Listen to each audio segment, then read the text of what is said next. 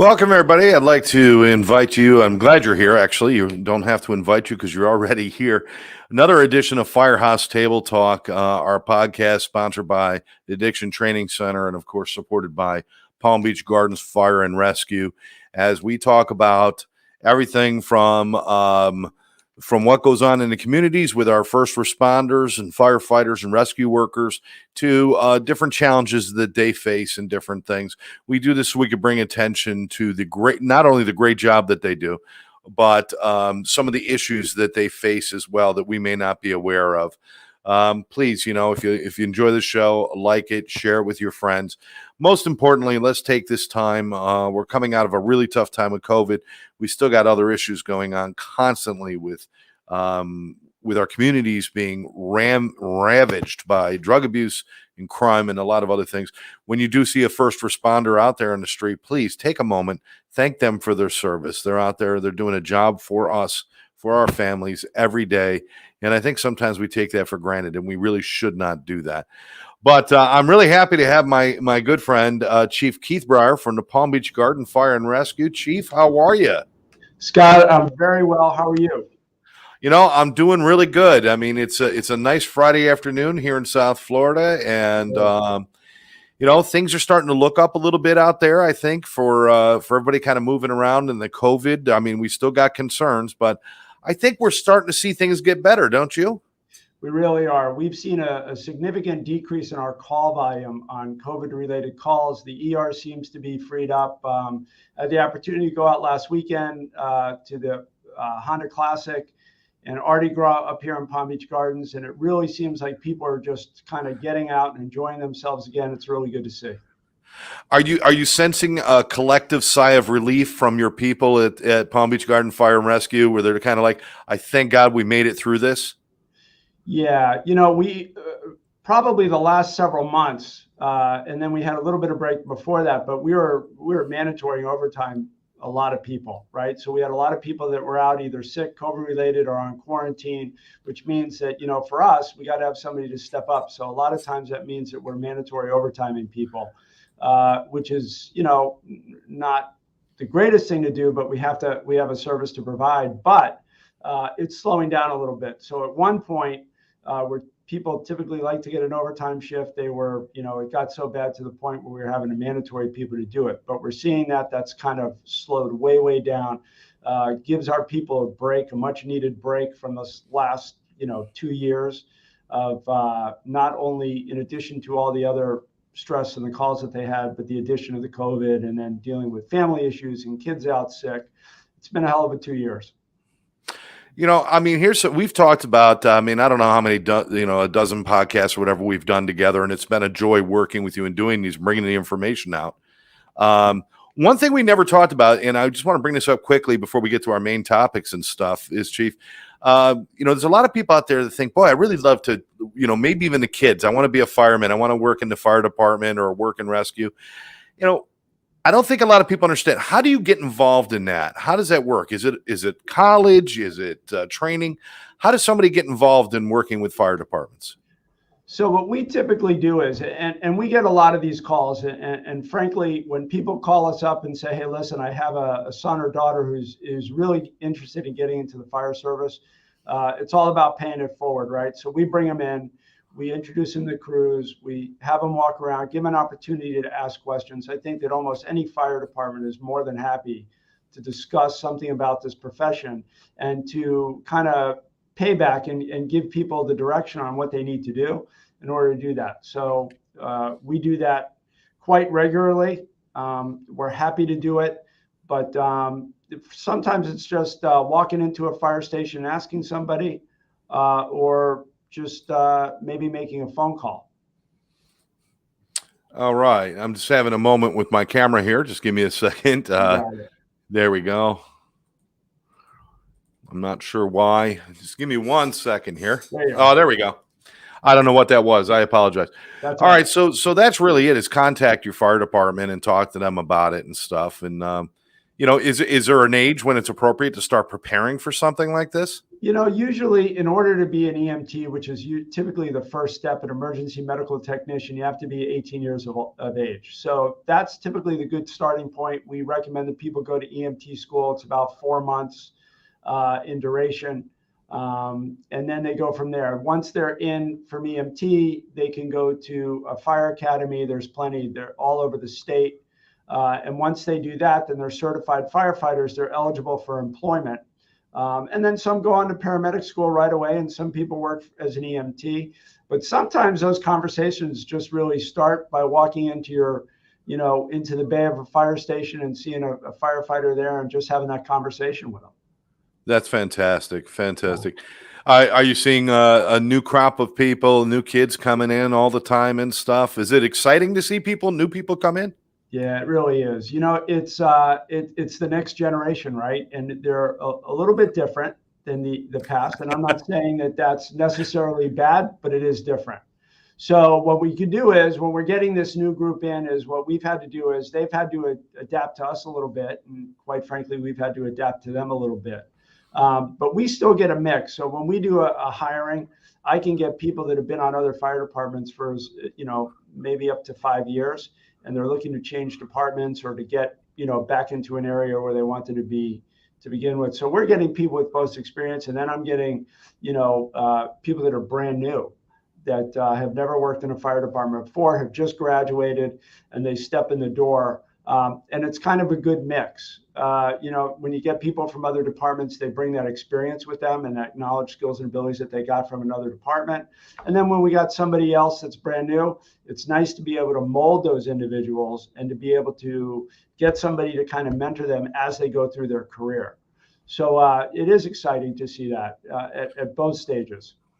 I think guys like you and me, Keith, we learn from the young ones too, because when we started out doing what we do for livings, we didn't have cell phones, and we didn't have all of this technology or even computers in our homes. I mean, so it's a different world. Sometimes you feel a little bit like I should pull the walker out of the closet, right?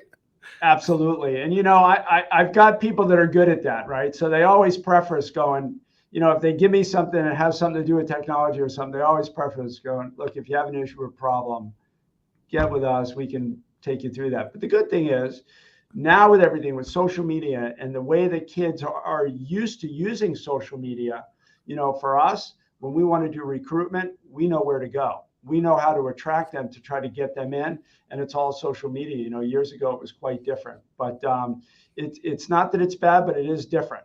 And I think there's a little bit of, a kid that's never been in a fire department before walks in the first day on the job and sits down at that fire department kitchen table in the morning.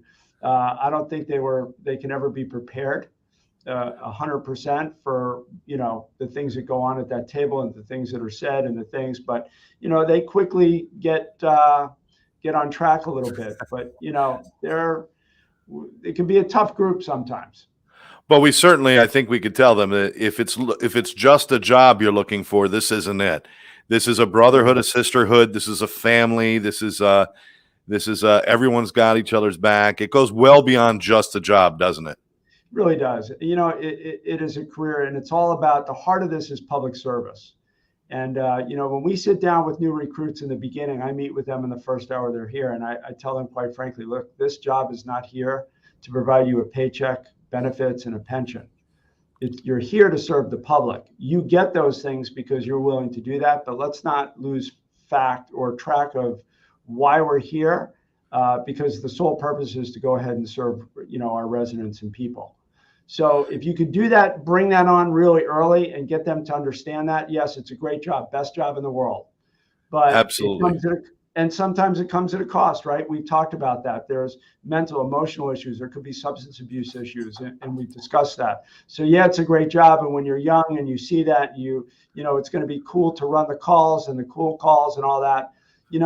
There is a price to pay at times. So we do that from the very beginning. I think me and you have talked about this from day one. When we talked about that, we give them that talk about it's all about public service. We also talked about behavioral health, and we talk about substance abuse, and we talk about why those things are prevalent in some people more than others, but just in this job, and how important it is that when you're feeling a certain way, you need to reach out to somebody, because that needs to become the norm. Now, you just set this up perfectly, Chief, for us to move into what we wanted to talk about, which is what are the needs and some of the challenges that they face. And I think you started with broad strokes. We could say when you're in a position where you're serving the public like that, it's a great responsibility, and it's an opportunity for a great deal of stress and anxiety. You know, are we dealing with that? Are we not dealing with that? What's going on with that? And I have a feeling that could be a precursor to other issues that might come down the road. Is that kind of pressure? Absolutely. And I think it all kind of starts with that, right? It's seeing that call that you might have been affected, and why a call affects somebody differently, we're not really sure. But it doesn't really matter, because everybody has different experiences, brings different things. So when that person feels that they ran a bad call and that they're having a difficult time with that, it's very, very important for them to feel comfortable enough to reach out to somebody. And we've gotten better than we are, but there's still a little bit of that stigma that, you know what, listen, I'm the guy that's helping everybody. I don't need help. I'm good. And I'm looking around the table when we get back from a call and everybody else seems to be doing okay. I certainly don't want to raise my hand and be the one that says, you know what, I'm having a difficult time. Until we can get to that point where people say, you know what, that call sucked and I'm having a problem with that. And then I have captains, lieutenants, and other firefighters in that station could say, listen, you know, what you're doing is a completely normal reaction to an abnormal situation. Not everybody sees what we see. Not everybody sees it in the amount that we see it on a continual basis. And eventually that has presents with some issues long term, right? So if we're not dealing with it, the fear is that, you know what, I'm going to get off in the morning, and in order to go to sleep, I'm going to have some alcohol or some pills, or going to do something just to medicate myself. And we know that that's a recipe for disaster. So before that whole train gets moving, what we need to do is get people to say, listen, greatest job in the world, but you're going to see things, you're going to hear things that most people should never see, and you're going to see them quite often. And you're going to react to that. That is very normal. But to get them to the people and the help that they need. And sometimes it's just, you know, as much as just kind of diffusing this thing at the kitchen table with the crew when they get back from a call, or bringing in a CIS team, a CISM team, or our peer support group, or our chaplain, or bringing somebody in and taking it to the next level. But we got to have those resources there for them to do. And those resources have to be not only easy for them to get to, but they need to be, discreet. So for us, you know, I'm fortunate. I have a peer support team. I have a chaplain. I know that they're handling it. We prefer, you know, not to know unless there's any way that we can help. But other than that, I know that once that crew gets it to the peer team or the chaplain or our EAP provider, or we have somebody that's specifically trained in trauma and PTSD, that they could reach out. What we did is we put a website up about a year ago, pbgfrresilient.com. It's all about behavioral health. They could log into that. Any fire department could log into it. And it just talks about stress and anxiety and PTSD and suicidal thoughts and when to seek help. And all our resources are on that website. It's not tracked. We don't look at it. It's just there for anybody that wants to have it. So if they're really having a bad day, if they find themselves home and they're just really having a difficult time and they need that immediate help, then go right to that website and connect with somebody very quickly who can get the help they need. And that's a great resource to have, especially when it's when it can be done anonymously, and you know, they can investigate certain things, and maybe they'll notice that through their investigations that I don't have to feel bad about feeling this way.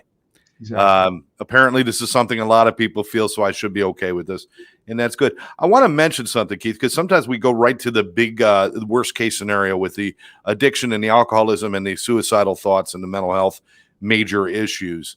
But there's a lot of minor things that go along the way. Trouble with marriages, possibly broken families, simply maybe manifestations in insomnia, things like that. I mean, there's all sorts of smaller things too. And these are just as important, because if you learn to deal with these, you might not ever get to the big stuff, right? Absolutely. And that's where that early intervention is really important. But not only for your fellow firefighters or officers to recognize that change in behavior with you, but for that individual to recognize it in themselves. I'm not sleeping well, or, I'm a little bit more irritable than I typically am, or I'm having a hard time falling asleep, all those things. But recognizing there's a cause to that.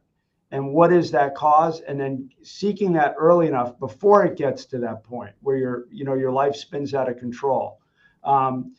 That's the focus, and that's what we try to do in the recruit academies, is to really give them the resources that they need, the training that they need to understand that when you're feeling this way, when you're feeling this is the steps that you should take in order to get yourself some help. And there's certainly nothing wrong with going out and getting yourself and talking to somebody who can objectively, listen to you and maybe guide you, to keep yourself from getting further there. If we can do that in the beginning, and doing that and stopping before it gets to addiction and all those other things, that's the goal.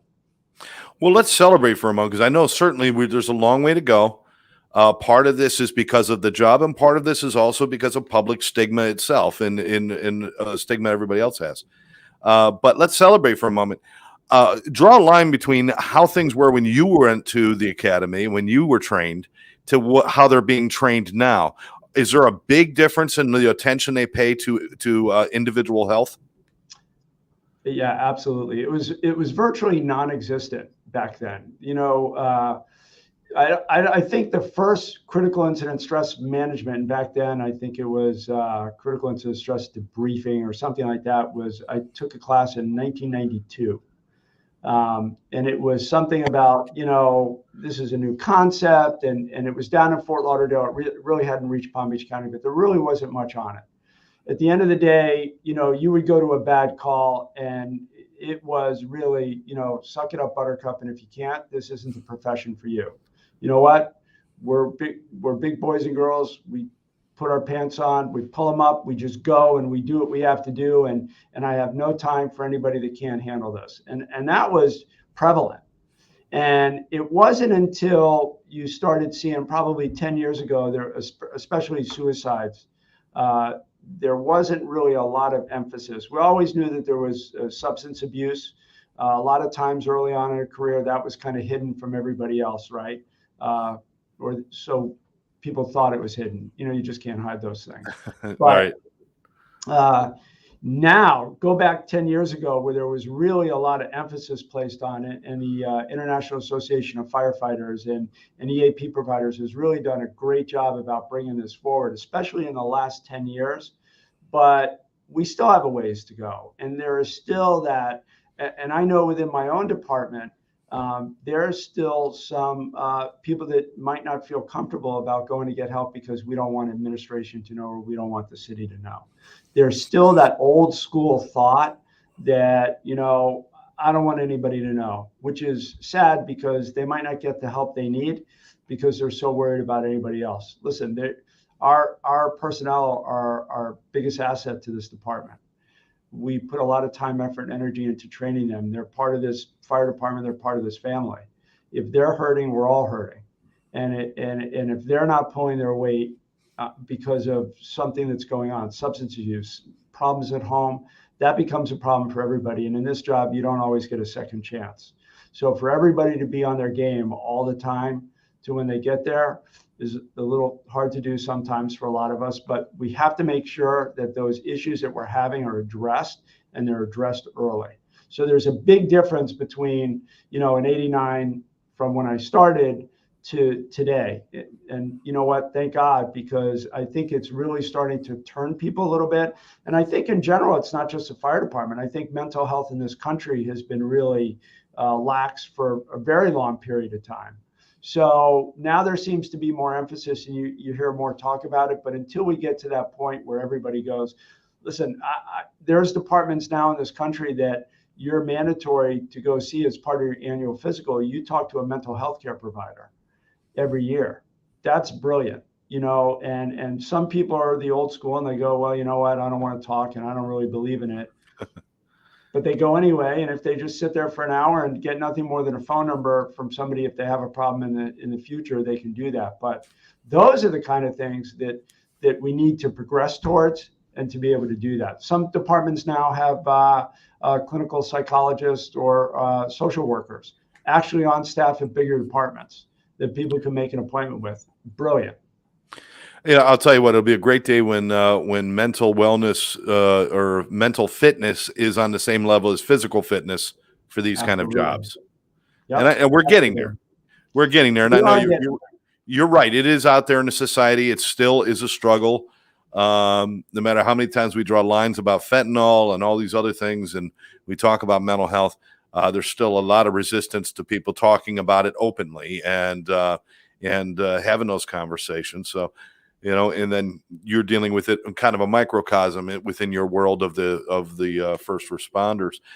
Yeah, they are appreciated, certainly, and we're always asking people, please thank your first responders. Let them know that you appreciate them. What can people do? I mean, is there anything people on the outside could do to help you do your job better, or to help your people? Yeah, I think most of a fire department is really an integral part of the community, right? We have them. They're centered right in the middle of our communities. The firefighters themselves really like that community contact, going by the firehouse and just stopping by. We do children's tours all the time. They're unannounced. People just come in. The firefighters show them around the apparatus. They're able to have those conversations. But for people who we've actually served, it goes a long way with a crew for somebody just to write a letter and say, listen, you know what? Thank you so much. Just a card, a letter. People drop food by. Just thanking them and just recognizing them for all their hard work and everything that they go through, and an appreciation. And just when you're out in the public, when you see somebody, if you see them at Publix or you see them out on a call, just to say thank you for the service goes. And we've talked about this, but it does go a long way. It really just, for the firefighters, just reassures them that, you know what, you do have public backing. But there's other things, right? We have a lot of fire departments. We do a strategic plan every 5 years. But when I do the strategic plan here, we do an internal one, we do an external one, and we invite stakeholders in the city to come because it's their fire department. What's important to you? So you let us know, and then we can make sure that we're servicing you the way that your expectations. So we have a thing. We have 20 to 25 people, business owners, homeowners, just everybody sit down and go through a strategic plan. But that kind of integrates them into the fire department a little more, and it gets us talking at that community level to make sure that we're meeting their needs. Well, that's excellent. And I mean, all of these times, I'm thinking myself, how many times have I driven past a place 100 times, a department that's in my neighborhood, driven past her 100 times, never thought of dropping off Christmas cookies or thought about doing something like that, which is really, it's a small ask to make a whole group of people feel really great about the job they're doing. So maybe it's something everybody can think about doing, and it'll go a long way, It really does. And for them, sometimes if they've had somebody like a cardiac arrest survivor who actually comes by and says, hey, listen, I'm walking and talking today because of what you guys did, to them, that's probably that doesn't happen all the time. Sometimes the calls aren't as serious, but just stopping by. But again, just that recognition and appreciation for service and what they did goes a long way. That's fantastic. With all the stressors they have and everything, it's every once in a while, I think they need to see, this is why I do this. This is the reason. Absolutely. And that's something that we can do for them as people out there. So, as somebody who fully supports both myself and Karen and ATC, we so support all of our first responders, whether it's a fire and rescue, the police, the military. It's easy to say that and give that lip service, but to actually take that to action. And like you said, a simple thank you. Thank you for your service. How are you today? Just a simple kindness can go a long way in helping your people deal with the stressors of everyday life in a fire department. It does balance that out a little bit, right? So when somebody comes in, says hello, or drops something off or shows that appreciation, it really balances that scale a little bit to say, here we are, we've had a horrible couple of shifts, a lot of bad calls. And then here comes Mrs. Smith with a plate of cookies because of how we helped her at either a house fire or medical call, just to say thank you. It starts that little bit of conversation. They get to talk a little bit, but I think it's a nice distraction for the crews, and it's much appreciated. I think one of the things that I want to recognize is that first responders, and speaking particularly about your Palm Beach Garden Fire and Rescue, your job is to go against your basic human instinct, which is walk away from problems or walk away from danger. You are trained to fight your basic instinct to walk towards it. Does that take a toll to change your mindset that much from the human reaction when you see something that is hot or on fire or gross or whatever it might be in front of you, is to turn away, but they have to fight that instinct and move forward? Does that take a toll on a person?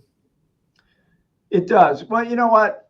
I think that the people that are attracted to this job and this profession, this career, are people that are problem solvers. They're the ones that, 3 seconds left in the game, 4th down, 1 yard left to go. These are the people who want the ball, right? These are the people who think, I'm going to get it done, and I can do it because I'm capable of doing it, and I want to get it done. So when they get in here a lot, I think what drives them is that adrenaline rush, right? Getting in, you got a structure fire, and you're getting bunkered out, and you're hearing the report come over the radio, and you get there, and you go into that mode of, there's somebody in there, or that's somebody's home, and we're going to do whatever we have to do.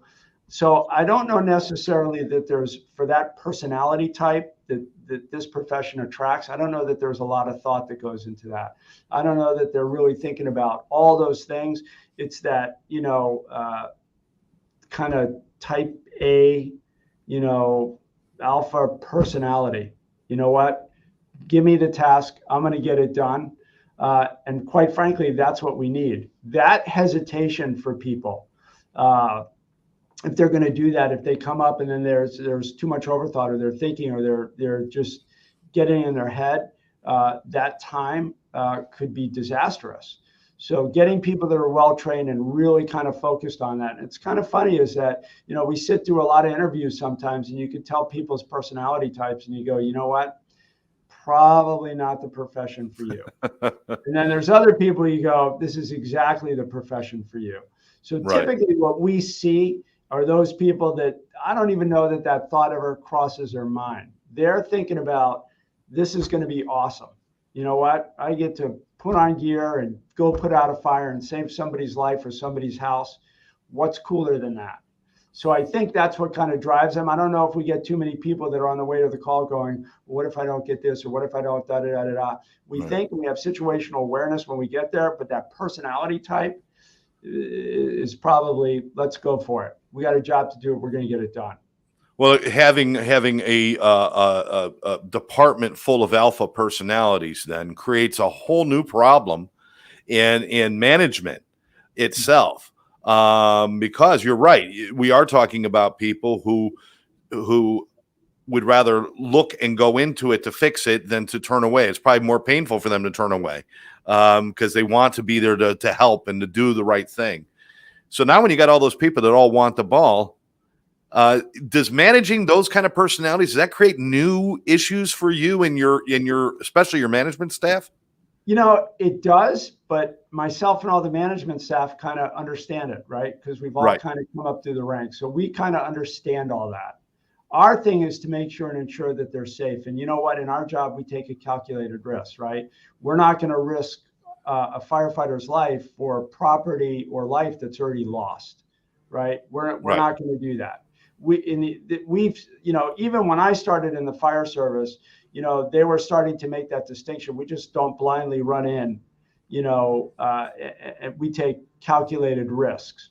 That comes through training. What is a calculated risk, and when do we need to be careful, and what are we going to do that? But, they can be a little bit, sometimes a little difficult to manage, but we understand that because, it wasn't too long ago, I have a young command staff that they were all out there in the field as well. and they were doing the same thing. So we kind of get that. We Right. understand that. We kind of understand the whole nature of that thing. But we're very fortunate. I think with with our labor, we have a really good relationship. It's grown leaps and bounds over the last several years. And we're ultimately both here to do the same thing, right? We want to be able to keep our firefighters safe and healthy so they can go on and enjoy a well-deserved retirement. And we want to be able to serve the public. We're all looking for the same thing, essentially. Absolutely. Now we're talking about unique issues and different things that they face and some of the needs. Another unique issue that you'll be dealing with is something that other industries have already dealt with before you, but now with first responders and whether it's military, police, or fire, is females and women coming in, and more women coming in and being in service. You've probably seen over your career a fairly substantial increase. Has that been interesting watching the adjustments, and has there been a lot of changes with all of that going on? When I first started here, there was no female firefighters in the department. In fact, I think it was almost 2 or 3 years before we had our first female firefighter. But, in this group, if you can hold your own, doesn't matter if you're male or female. If I'm going to work alongside you and you can hold your own, we accept you as one of our own. And it's really interesting, right? Because everybody brings something different to the table, right? Right. So having that diversity in your workforce is really, really important when you're out there and you're dealing with calls. But we have a large percentage of we have a larger percent of females, more than most departments, and we have a lot of female officers as well. It's kind of funny. Firefighters are firefighter, male or female. You can do the job. You do the job, and everybody that comes on the job kind of understands that. Outside of when we first came on, we had different bathrooms, and we had to back then it was like one open room with just beds in it. Today we've realized that it's better to have individual rooms where people can get some peace and quiet and go study and get a good night's rest. But the other thing, on the flip side of that, we talked about that. It allows people to isolate a little bit more, right? When I can go back and hide in a dorm. But as far as females in the fire service, it is really increased. I mean, again, it was a while before we got our first female firefighter. I'll put any of our female firefighters up against anybody else as far as that goes. There is a minimum level of fitness standard that we have here in the city that they go through every year that everybody must pass. So we did a validated fitness test. Male or female, you still got to pass it.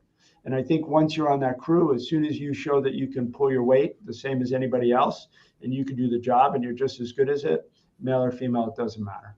I think that's an important point to make, is that the job wasn't adjusted for females. It was simply opened up to say, if you can do it, come on in. Absolutely. We can use you. Absolutely. And like you said, that kind of diversity, and we're seeing diversity in new cultures coming in, diversity in male and female gender diversity. We're seeing diversity in the walks of life, where they're coming from, religion, all of that. It creates a more colorful department and certainly a more interesting work environment, doesn't it? It really does. But when they all get here, it's all about just being a firefighter. Right. And I don't really think that they really see it that way. They bond on a level, not so much of what somebody's sexual orientation is or their religion or this. Where they bond is, we're all firefighters and we're all doing the job and we're all doing the same job. And I think that's more important to them than anything else. You're going to come here, we're going to work together, we're going to spend 24 hours together, we spend a ton of time together, and we're going to be here. The only thing I expect from you is that you can do the job the same as anybody else. And they're accepted regardless of what it is. That's fantastic. fantastic. That's kind of unique, a little bit more unique in the fire service, just because of the way that, we spend that much time together, 24-hour shifts, and we're here together and they're bonding in that time. You're eating all your meals together. They spend a lot of time together. And I think that the common denominator, the only thing they really care about is, can you do the job? You're a firefighter. We're all firefighters. That's where we're going to bond. Absolutely, but it's also great learning opportunities in between. With these Absolutely. bonds that you make from people, and you start to realize, hey, you know what? We're in this. We're in the same mud with the same blood, and it's all happening all here, and it's okay. So that's really Absolutely. cool. That is cool. But again, the unifying factor might be they're all firefighters and they're all doing the same job.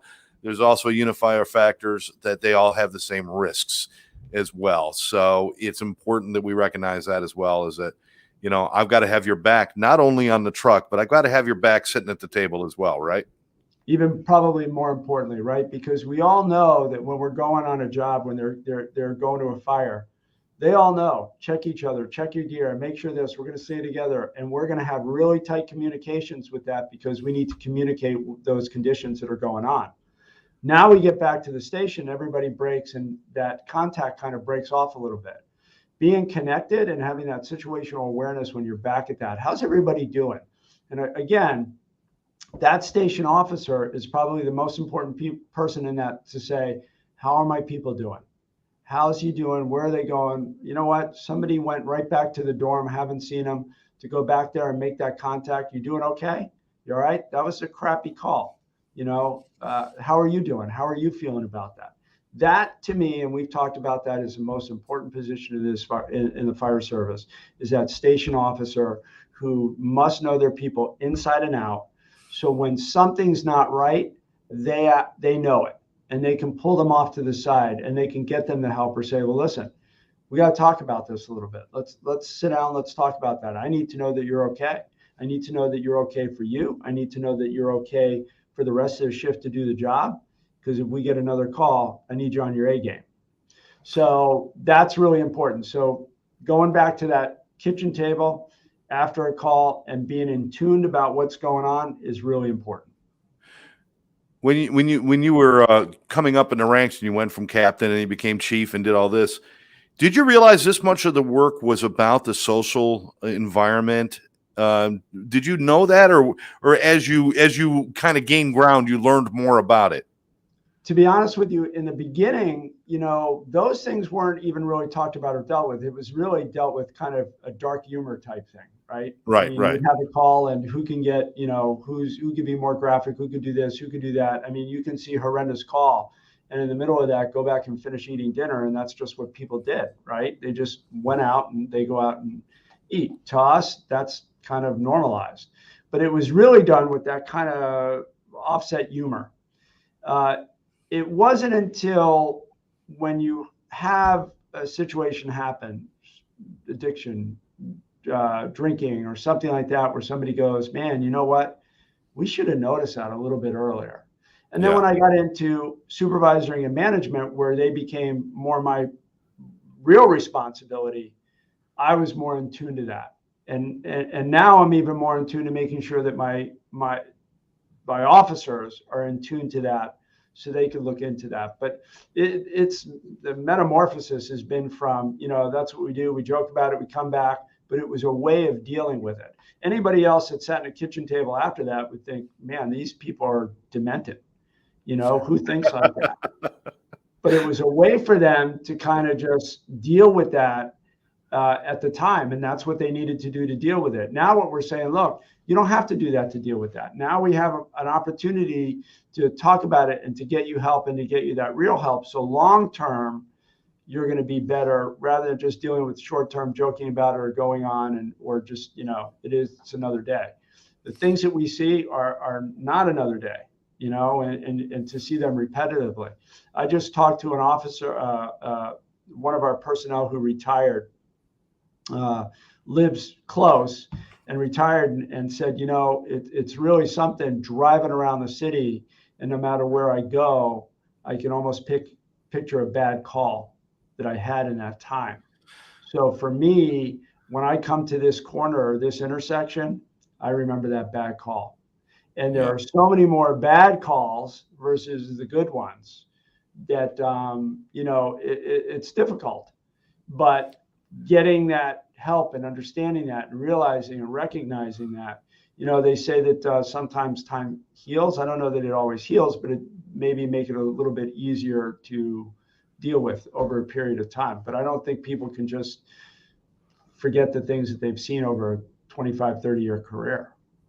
No, it's funny that the good things that happen to us have an impact, but it's not nearly the impact as the negative things, and they don't stay with us like those negative things do. So it's important that we defuse those things and take care of those. Chief, I can only hope that other departments have people like you that care that much about their people. Have you always been that way? I mean, did you grow up just loving everybody and caring about everybody, or? I got to tell you that I think this job kind of shapes you a little bit, right? When I came in here, I had no desire growing up to be a firefighter when I was a kid, right? I was self-employed. I had a brother-in-law that was a firefighter, and I was complaining to him one day about how it was to be self-employed. I get paid less, and I have no insurance benefits, and I have this. And he goes, "Listen, why are you coming to the fire service?" And to be honest, what sold me was you work 24 hours on, and then you're off for 48. And every 3 weeks you get 5 days off in a row. And I go, I'm in. So that's really how I got into the fire service. And what I realized is that this job kind of shapes your humanity a little bit, right? You could go one or two ways with it. You can either understand that, sometimes people are really fragile and they really need people to be understanding and help. And then, or it could just taint you so bad to humanity that, you just really have a bitter kind of this angry thing about what's going on. Right. But so I think this job kind of shaped me over the years. But for me, and for any fire chief, the most important thing is the health and safety and wellness of their personnel. And I think that every fire chief that puts the badge on, says, listen, those are the things that give me the heartburn. That's what keeps me up at night, is making sure that my people are safe, right? We're going to do the job. They're going to go out there and they're going to run the calls. They're going to do the job, and they're going to be a great job. We just want to make sure that they're safe, is I think what gives me and every other fire chief kind of the heartburn. I'm not sure why you'd have heartburn. It's like being a dad with 100 kids and you're worried about every one of them. I mean, where would the heartburn come from for that? I mean, come on. Yeah. But the good thing is that that they're kids that are well prepared, right? It's like sending a kid off to college that that you've prepared really well. They're very well trained. They're in physical condition. We do everything that we can, and I know that they're going to watch each other. So I don't have as much stress about it, but I am constantly looking for ways to where we can improve.